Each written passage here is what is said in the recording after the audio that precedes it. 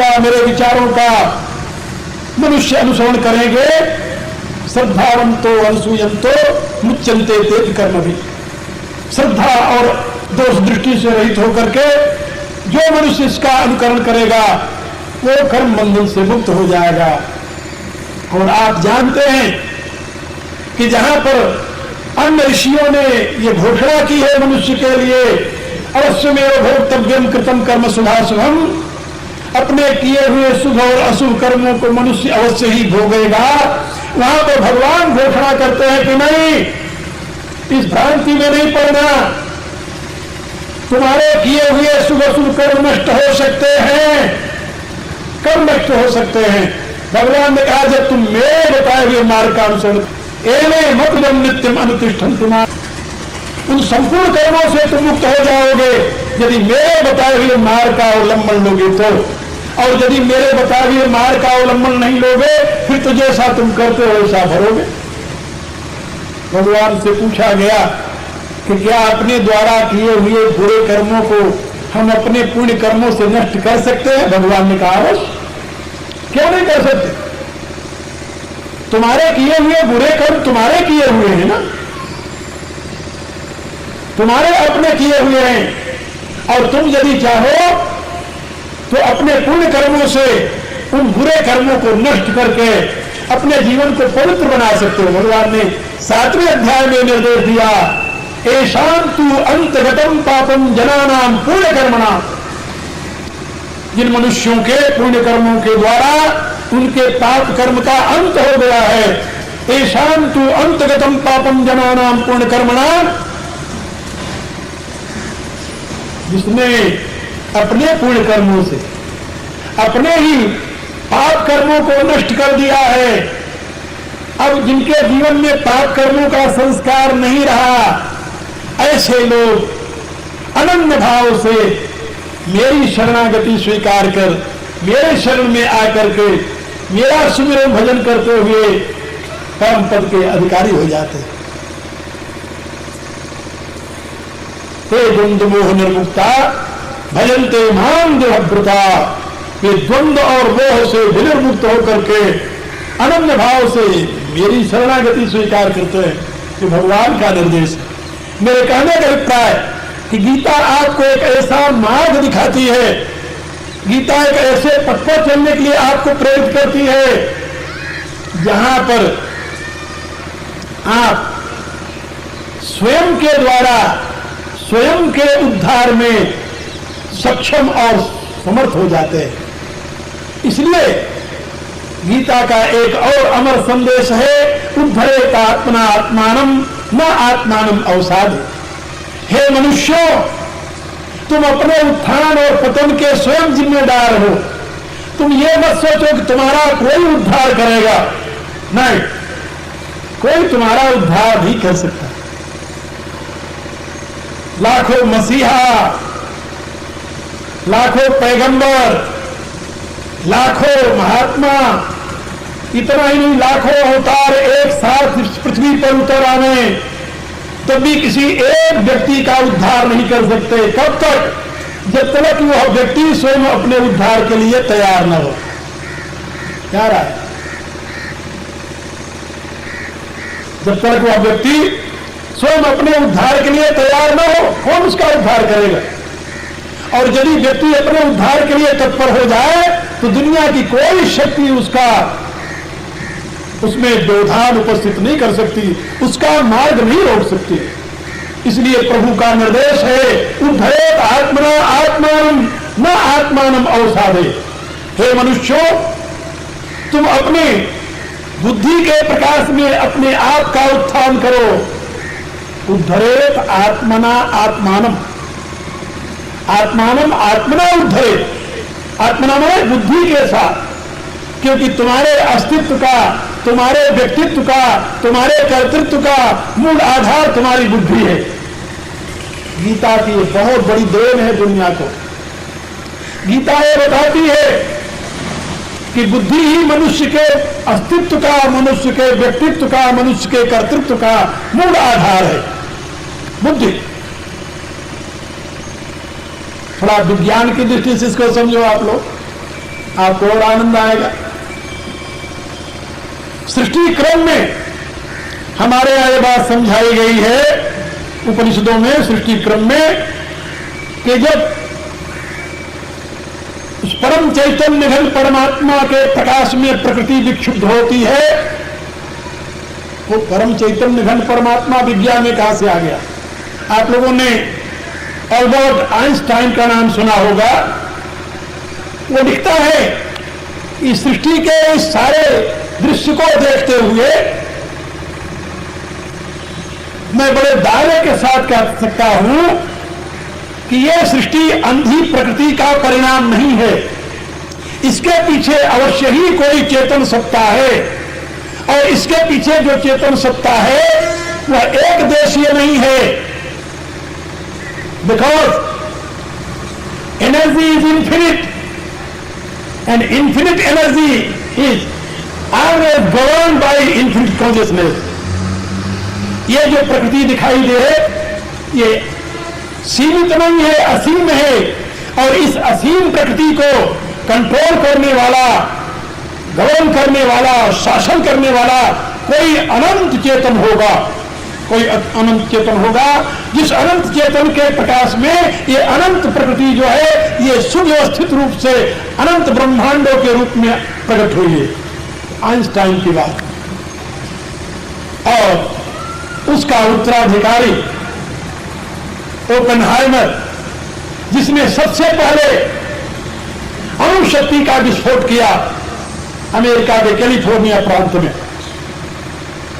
उस ओपेनहाइमर ने अणु शक्ति के विस्फोट करने के पश्चात जब उसकी ज्वाला को देखा तो अचानक उसके मुंह से गीता के 11वें अध्याय के श्लोक प्रकट। आपको जानकर आश्चर्य होगा कि वह महावैज्ञानिक दुनिया का गीता का अनन्य भक्त था, और गीता पढ़ने के लिए उसने 3 वर्ष तक लगातार संस्कृत का अध्ययन किया, और उसके बाद में उसके जितने साथी थे, 7 लोग थे, वो 7 का एक ग्रुप था, और उसने सबके लिए, अपने साथियों के लिए ये निर्देश दिया था कि सर्वप्रथम पहले हम गीता का पाठ करेंगे, उसके पश्चात में अपना काम शुरू किया करेंगे। ओपेनहाइमर। तो मैं आप लोगों को ये बता रहा था कि अब पश्चिम के वैज्ञानिकों ने यह स्वीकार कर लिया है, इस मटेरियल एनर्जी के पीछे एक साइकिक एनर्जी काम कर रही है। The give name psychic energy, and psychic energy is working behind this material energy. और उन्हीं दोनों को हम गीता के 7वें अध्याय में पढ़ते हैं, जब भगवान ये कहते हैं कि हे अर्जुन, हमारी 2 प्रकृतियां हैं, भूमि आपः अनलो वायु खम मनो बुद्धि एच अहंकार इतियम में भिन्ना प्रतिष्ठा। हे अर्जुन, पृथ्वी जल अग्नि वायु आकाश मन बुद्धि अहंकार से युक्त एक मेरी अष्टधा प्रकृति है। ये अष्टधा प्रकृति कहते हैं लोअर नेचर, अपरा प्रकृति, अपरे तुम अन्याम विद्धि प्रकृति में परम जीव भूताम महाबाहो एवं धारते जगत का एक तो ये अष्टधा प्रकृति है, इसको अपरा प्रकृति कहते हैं, और इससे परे एक परा प्रकृति है मेरी। वो परा प्रकृति कौन है? कहा जीव भूताम महाबाहो एवं धारते जगत। इस जगत को धारण करने वाली जीव भूताम मेरी परा प्रकृति है। जगत को धारण करने वाली जीव भूता परा प्रकृति कौन है? का वही जिसकी व्याख्या भी मैं आपको बता रहा था, उसको हमारे यहां सुपर कॉन्शियसनेस कहते हैं। वो सुपर कॉन्शियसनेस जो महान चेतना, जिसके लिए महान आत्मा शब्द का प्रयोग किया गया है उपनिषदों, महान आत्मा, और उस परा प्रकृति को जो जीव भूता है उसके संयोग से ही अष्टधा प्रकृति में उस एनर्जी में विक्षोभ होता है, जिससे हिरण्यगर्भ का आविर्भाव होता है। ये हिरण्यगर्भ जो है ये आपके सामने जो प्रकट हुआ सूर्य इसको कहते हैं वेद में, हिरण्यगर्भ संवर्तदाग्रे भूतस्य जाता पतिरेक आसित सदाधार पृथ्वी द्यामुतस्तु कस्मै देवाय हविषा विधेमा। यह हिरण्यगर्भ वही है जो परमात्मा के प्रकाश से विक्षुब्ध हुई प्रकृति का प्रथम परिणाम है। और इसी के विषय में उपनिषदों में बताया गया, उपनिषदों में आज से हजारों वर्ष पूर्व, हमारे हिसाब से लाखों वर्ष पूर्व, लेकिन पश्चिम के वैज्ञानिकों ने अब इसे जाना है कि सूर्य के विषय में क्या बताया गया उपनिषदों में। कहा यह सूर्य जो है यह ज्वाला है, ज्वाला एक महान अग्नि की ज्वाला है और इससे जीवात्माएं ऐसे प्रकट होती हैं जैसे ज्वाला से विस्फुलिंग उत्पन्न होते हैं, चिंगारियां उत्पन्न होती हैं। वेद में बताया गया कि जैसे अग्नि की ज्वाला से छोटी छोटी चिंगारियां उत्पन्न होती हैं, ऐसे ही सूर्य से असंख्य जीव उत्पन्न होते हैं। अब वैज्ञानिक इसी को स्वीकार करने लगे। वो भी ये कहते हैं कि यदि सूर्य न हो तो इस दुनिया पर जीवन नहीं होगा। ऋग्वेद में घोषणा की सूर्यो आत्मा जगत स्थल। ये जितने जड़ और चेतन प्राणी हैं सबकी आत्मा सूर्य है और सूर्य से ये जीव आत्माएं चिंगारी के समान निकलते हैं। और चिंगारी के समान जो निकलती है क्या चीज है आप ये जानते हो? जो अग्नि से चिंगारी निकलती है उसमें दो तत्वों का योग होता है। कौन कौन सा? ईंधन और आग, यही ना। चिंगारी केवल ईंधन की नहीं होती, केवल आग की चिंगारी बनी नहीं सकती, क्योंकि विदाउट ईंधन, without fuel you can't C fire. दुनिया में आज दिन तक कोई वैज्ञानिक ऐसा नहीं हुआ है जो फ्यूल के बिना फायर पर करे। Can any power do that? Impossible. दुनिया में कोई ऐसी शक्ति नहीं है जो बिना ईंधन के आग प्रकट कर दे। ईंधन और आग दोनों संयुक्त होकर के चिंगारी निकलती है। इसलिए जो सूर्यमंडल से जीवों का आविर्भाव होता है उसमें बुद्धि और चेतन, चेतन आग है और बुद्धि ईंधन है। बुद्धि रूपी ईंधन से युक्त हुई चेतन रूपी आग चिंगारी के रूप में प्रकट होती है। उसी को जीव आत्मा कहते हैं, जीव आत्मा। इसलिए आप जीव आत्मा हैं और उसी जीव आत्मा का अस्तित्व वह बुद्धि है जिसमें आपका प्रकाश हो रहा है।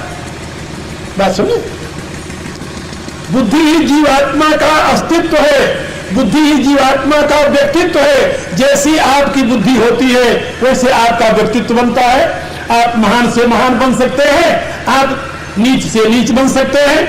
आपकी बुद्धि का विकास हुआ तो आप महान बन गए। आपकी बुद्धि दूषित हो गई, निकृष्ट हो गई तो आप अधम से अधम बन गए। बुद्धि के नाते आपका अस्तित्व है और बुद्धि के नाते आपका व्यक्तित्व है और बुद्धि के नाते ही आपका कर्तृत्व है। वेद कहता है यम यम चिंते तम तम भावति, यम यम भावे तम तम करोति। जैसा आप चिंतन करते हैं वैसे आपकी भावना बनती है, जैसी आपकी भावना बनती वैसे आपसे कर्म होते हैं। तो आपका कर्म जो है वो आपकी बुद्धि का एक प्रोजेक्शन है। Your action is the projection of your thought, nothing else. अब आप लोग समझ गए होंगे बुद्धि की कितनी बड़ी महिमा है। बुद्धि ही आपके व्यक्तित्व का, आपके अस्तित्व का, आपके कर्तृत्व का मूल आधार है। इसीलिए गीता के दूसरे अध्याय में भगवान ने कहा कि अर्जुन, जिसकी बुद्धि शुद्ध है वही महान है। गीता के आदर्श पुरुष का क्या नाम है? स्थित प्रज्ञ। स्थित प्रज्ञ माने स्थिर बुद्धि वाला। ये तो आप लोग जानते हो, जो गीता पढ़ता है उसे पता है गीता का आदर्श पुरुष स्थित प्रज्ञ है। जिसकी बुद्धि स्थिर है वही महान है, जिसकी बुद्धि चंचल है वही सामान्य है, और जिसकी बुद्धि दूषित है वही अधम है, और जिसकी बुद्धि पतित है वह उससे भी निकृष्ट कहा जाता है। इसलिए जब विदेशियों के सामने हम ये समझाते हैं कि भाई तुम्हारे व्यक्तित्व का आधार तुम्हारी बुद्धि है, गीता में भगवान ने ये बात बताई सत्वानुरूपा सर्वस्य श्रद्धा भवति भारत। जैसी तुम्हारी बुद्धि है वैसे तुम्हारी धारणा बनेगी, कंसेप्ट बनेगा। You can speculate, imaginate, you can think, you can accept according any kind of truth according to your own intellect. जैसी तुम्हारी बुद्धि होगी वैसे तुम कल्पना करोगे, वैसे भावना करोगे, वैसे चिंतन करोगे, वैसे स्वीकार करोगे। यदि तुम्हें वैदिक विज्ञान समझ में नहीं आता तो इसमें तुम्हारा कोई दोष नहीं है, तुम्हारी बुद्धि का दोष है। बुद्धि को शुद्ध करो, वह वैदिक विज्ञान तुम्हारे समझ में आ जाएगा। और बुद्धि शुद्ध कैसे होगी? हम कहा अभी तक तुम्हारे चर्च ने तुम्हें ये बताया कि खाओ पियो आनंद करो, हा? खाओ पियो आनंद करो, और संडे के दिन चर्च में जाकर अपने 6 दिन के पापों को स्वीकार कर लो, कन्फेशन कहते हैं उसे।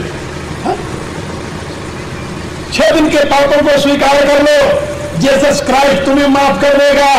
और मंडे से फिर पाप शुरू करना प्रारंभ कर दो, और फिर संडे को आकर के, वन डे रिलीजन जिसे कहते हैं, फिर संडे को आकर के माफी मांग लेना।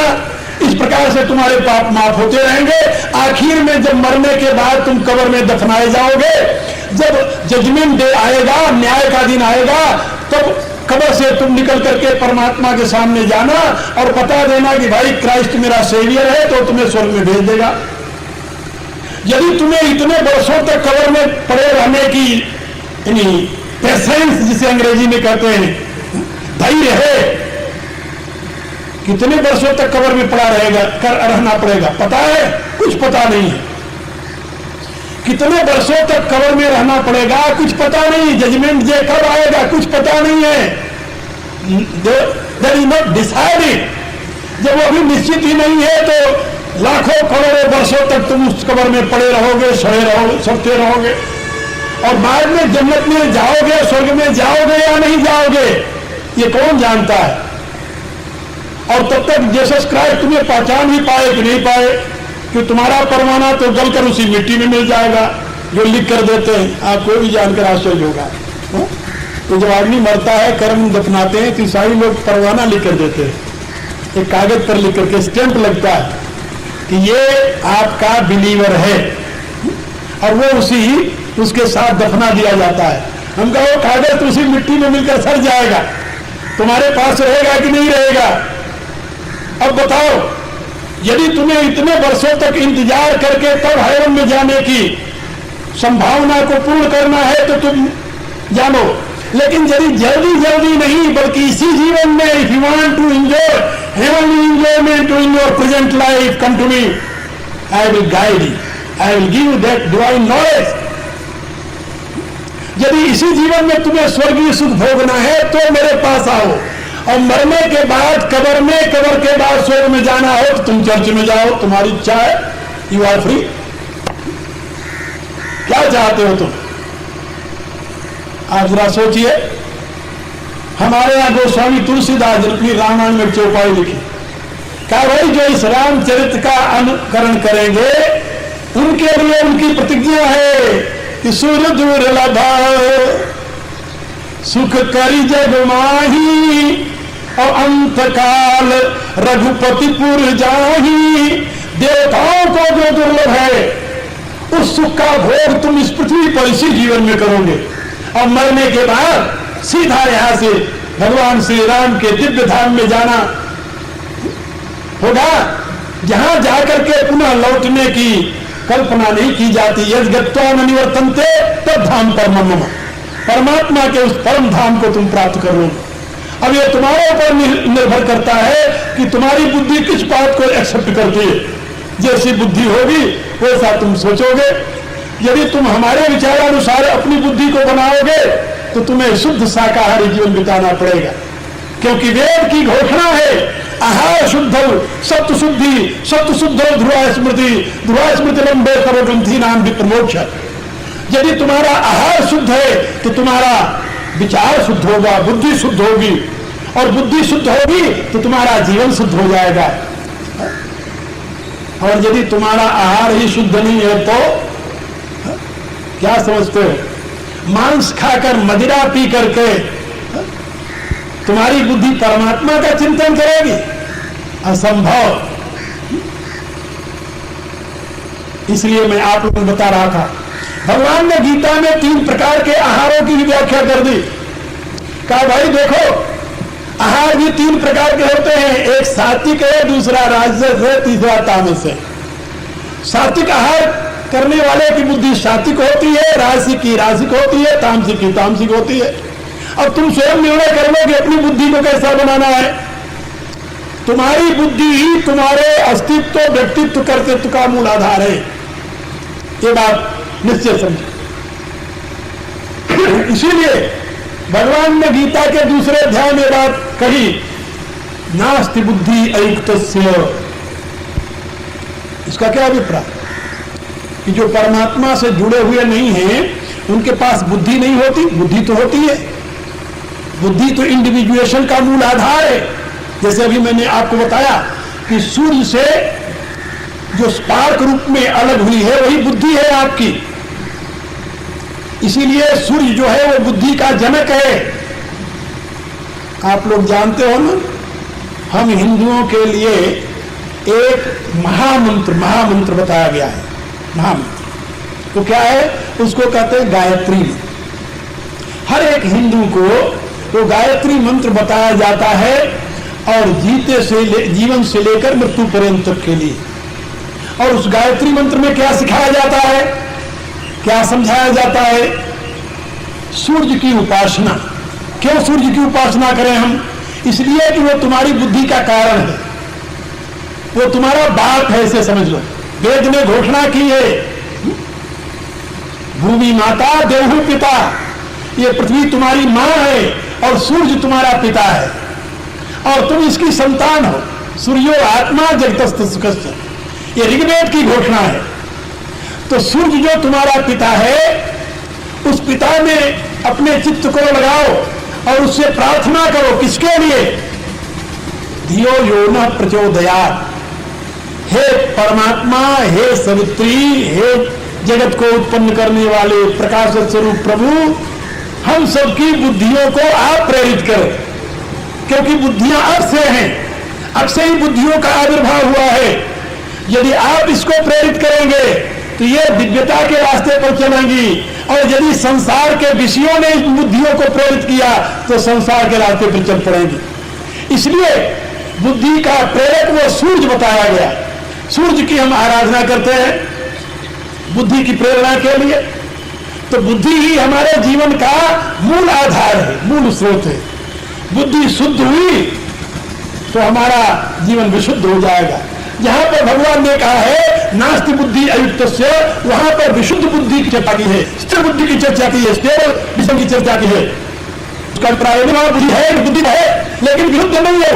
बुद्धि यथार्थ रूप नहीं है, दूषित है वो। तो उसे दाजमा सुंदर उदाहरण दिए। बहुत सुरसरी जल कृत दारुणी जाना पवन संत करित ही पड़ा, सुरसरी मिले सुपावन जैसे ईश्वर अनिशही अंतर तैसे। इसका अभिप्राय का एक व्यक्ति गंगा जल ले आया मटके, और गंगा जल आकर के मटके में उसमें अंगूर ये भर दिया, ऊपर से ढक दिया, थोड़ी सी हीट दी, अंगूर अंदर सड़ता रहा, सड़ गया तो उसमें कीड़े पड़ गए, छोटे छोटे कीड़े पड़ गए उस अंगूर में, अंगूर के रस में ढके थे। तब उसको हीट दे, हीट दे करके नली ऊपर लगा दी, तो हीट से जब अंदर कीड़े बॉइल होने लगे, उबलने लगे, तो उसे आग बन करके उसका रस जो था बाहर निकला, निकला बर्तन में भर लिया उसने। उसको क्या कहते हैं? शराब। और क्या समझते हो? शराब जो है ये अमृत से बनता है? नहीं, ये पदार्थों को सड़ा करके इसमें कीड़े पड़ जाते हैं, और पड़े हुए कीड़ों से युक्त उस पदार्थ को उबालते हैं। उबालने पर उसका जो जिस्क निकलता है ऊपर से, उसको शराब कहते हैं। है? अब जो गरीब आदमी है बेचारे बनबासी शराब बनाते हैं, मैंने उनसे पूछा भाई शराब तुम लोग कैसे बनाते हो? तुलसीदास जी की यह चौपाई जब मैं पढ़ी तो मेरे को आश्चर्य हुआ कि भाई सुरसर जलकृत बारुणी जाना, कोई व्यक्ति गंगा जल से शराब बनावे। हम सोचने लगे गंगा जल से शराब कैसे बनेगा भाई, असंभव है, गंगा जल से शराब बन ही नहीं सकता। तो वहां पर बनवासी ने बताया कि महाराज हम लोग महुआ, वहां महुआ होता है, महुआ जो ऐसी चीजें लेकर के मध्य प्रदेश में जो बनवासी लोग शराब बनाते हैं का उसको मटके में भर देते हैं, उसमें पानी डाल देते हैं। अब मेरे बात समझ में आया कि तुलसीदास जी कह रहे हैं कि पानी की जगह गंगा जल डाल दो उसमें, तो पानी की जगह गंगा जल डाल दो और उसको उबालो, उससे शराब बनाओ। तो सुरसर जलकृत बारुणी जाना, और उस गंगा जल से बनी हुई शराब को किसी महात्मा के सामने तुम प्रस्तुत करो महाराज, बिल्कुल विशुद्ध गंगा जल, कोई पानी नहीं डाला कुएं का इसमें न नलके का, विशुद्ध गंगा जल के पानी से शराब मैंने बनाई है। जरा सा चरणामृत ले लीजिए गंगा जल का, तो क्या वो महात्मा उस शराब को पिएगा? तुलसीदास जी कहते नहीं, सुरसर जलकृत बारुणी जाना कबहु न संत करहित ही पाना। और कहा यदि कोई संत पिए तो कहा संत नहीं पिए, दो ही हो सकता है, या तो शराबी होगा या संत होगा, दोनों एक साथ हो नहीं सकता। लेकिन उन्होंने एक दूसरा उदाहरण दिया, सुरसर मिले सो पावन जैसे। अब वो शराब के 100 घड़े उठाकर गंगा जी में डाल दो ले जाकर, कहो महात्मा तुम गंगा जैसे बनी शराब तो नहीं पी रहे हो, लेकिन मैं तुम्हें शराब पिलाकर छोड़ूंगा। कहा कैसे पिलाओगे? कहा मैं 100 घड़ा शराब ले जाकर गंगा जी मोड़े लाओ। अब बताओ पीते हो गंगा जल की नहीं? कहा गंगा जल तो पिएंगे, लेकिन याद रखो कि 100 घड़ा शराब का गंगा जी में डालने से गंगा जी दूषित नहीं होती। ये तो आप लोग जानते हो। सुरसर मिले सो पावन जैसे, ईश अनीश ही अंतर तैसे। जो संबंध घड़े के अंदर गंगा जल से बने हुए शराब का है और उस गंगा जी से का है, यही संबंध ईश्वर का और तुम्हारा है, जीव का। जीव ईश्वर के अंश से ही एक सीमा में बंधा हुआ चेतन है ईश्वर का अंश, सीमा में बंधा हुआ चेतन है, और ईश्वर अनंत चैतन्य घन है। जैसे शराब के मटके को गंगा जी में डाल देने से वो गंगा स्वरूप हो जाता है, ऐसे ये सीमित चेतन जब परमात्मा में मिल जाता है, परमात्मा से युक्त हो जाता है, तो परमात्मा स्वरूप को प्राप्त कर लेता है। फिर वहां उसकी सीमा नहीं रहती, उसके दोष समाप्त हो जाते हैं। सो आप लोग जैसा कि भगवान ने निर्देश दिया है, नास्ति बुद्धि अयुक्तस्य न चायुक्तस्य भावना, विशुद्ध बुद्धि का धनी वही होता है जिसका चित्त परमात्मा से युक्त हो गया। और जब आपकी बुद्धि परमात्मा से युक्त हो जाएगी तो सही में बुद्धि होगी, विवेकवती होगी, प्रकाश युक्त होगी, और फिर आपके हृदय में दिव्य भावनाओं का आविर्भाव होगा। और भगवान ने कहा जहां विशुद्ध बुद्धि नहीं है वहां दिव्य भावनाएं नहीं होती, और जहां दिव्य भावनाएं नहीं है वहां पर नचो भावयतः शांति अशांत से कुतः सुखम। जहां दिव्य भावना नहीं है वहां शांति नहीं होगी, जहां शांति नहीं वहां सुख कैसे हो सकता है? आप लोग सुख के लिए रातों दिन प्रयत्न करते हैं। भगवान ने इस एक श्लोक में सुख की कुंजी बताई है, कुंजी बताई है, और इस कुंजी को आप लोग समझने का प्रयत्न करें, जहां से वो ताला आप खोल पाएंगे और आपको सही मायने में शांति और सुख का साम्राज्य प्राप्त हो जाएगा। इसमें जरा भी संदेह नहीं है। ये भगवान की वाणी है और बिल्कुल विज्ञान सम्मत है, बुद्धि सम्मत है, युक्ति सम्मत है, तर्क सम्मत है। मैं तो आप लोग तो आस्था वाले सनातनी हो, जिन देशों में मैं काम करता हूं वहां आस्था वाले लोग नहीं है। वो हमारी बात इसलिए नहीं सुनते कि मैं एक योगी हूं, महात्मा हूं, विरक्त हूं, सन्यासी हूं, इसलिए नहीं सुनते मेरी बात हो, और मत इसलिए विश्वास करते हैं वो वो हमारी बात इसलिए सुनते हैं कि मैं एक वैज्ञानिक हूं और ब्रह्म विद्या विज्ञान का प्रचारक हूं और युक्ति से, तर्क से, बुद्धि से हर एक बात उनको समझाने की क्षमता रखता हो, इसलिए आते हैं, सुनते हैं विनम्रता के साथ और उसका अनुकरण करते हैं। तो आप लोगों को मैं अब 8 दिन और रह गया है, सवेरे के कार्यक्रम में गीता का वैज्ञानिक स्वरूप समझाऊंगा, उसको सुनिए, आनंद लीजिए। और सायंकाल को भगवान श्री राम का पवन चरित्र, रामचरित्र मानस, रामायण के माध्यम से उसी शाश्वत सनातन धर्म की प्रचना से आनंदित होंगे और आपके जीवन को एक नई दिशा प्राप्त होगी। इन्हीं शब्दों के साथ समय पूरा हो गया, आज का कार्यक्रम ही विश्राम पाता है। फिर सायंकाल को आपको मिलेंगे और आपसे चर्चा करेंगे। जिसको धर्म के विषय में कहीं भी शंका हो, किसी भी प्रकार की शंका हो, हमारे यहाँ बिल्कुल युक्ति, तर्क, विज्ञान, जो कुछ आप कहते हो, इससे संबंधित जितनी शंकाएं हो, आप आकर मेरे पास निवारण कर सकते हैं। आप मेरे साथ प्रार्थना करेंगे। यदि प्रेम प्रभु से चाहता, यदि प्रेम प्रभु से चाहता, अभिमान को तजता तरे, अभिमान को